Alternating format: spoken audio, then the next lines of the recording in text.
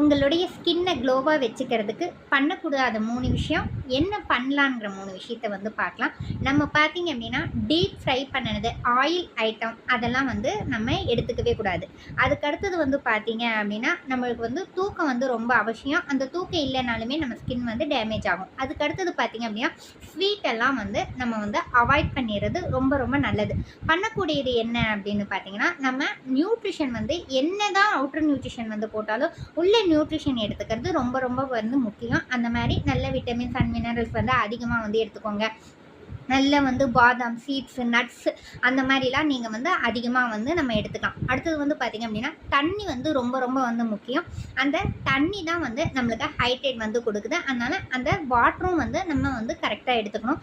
அதுக்கு அடுத்தது வந்து நம்ம ஸ்கின்னை எல்லாம் அழகாக வச்சுக்கணும்னு நினைக்கிற மாதிரி நம்மளுடைய ஹேரையும் வந்து நம்ம வந்து அதே மாதிரியே மெயின்டைன் வந்து பண்ணணும். நம்ம ஹேரில் வந்து பார்த்திங்க அப்படின்னா டேண்ட்ராஃப் பொடுகுகள்லாம் வந்து இருந்தாலுமே நம்ம ஸ்கின்ல வந்து டேமேஜ் ஆகிறதுக்கு வந்து வாய்ப்புகள் வந்து இருக்குது. டேண்ட்ராஃப் அதிகமாக இருக்கும்போது பார்த்திங்கன்னா நம்ம ஸ்கின்ல வந்து பிம்பிள்ஸ்லாம் வந்து இருக்கும். அதனால் நம்ம ஸ்கின்னையும் ஹேரையும் வந்து நம்ம வந்து நல்லா மெயின்டைன் பண்ணுறது ரொம்ப ரொம்ப நல்லது.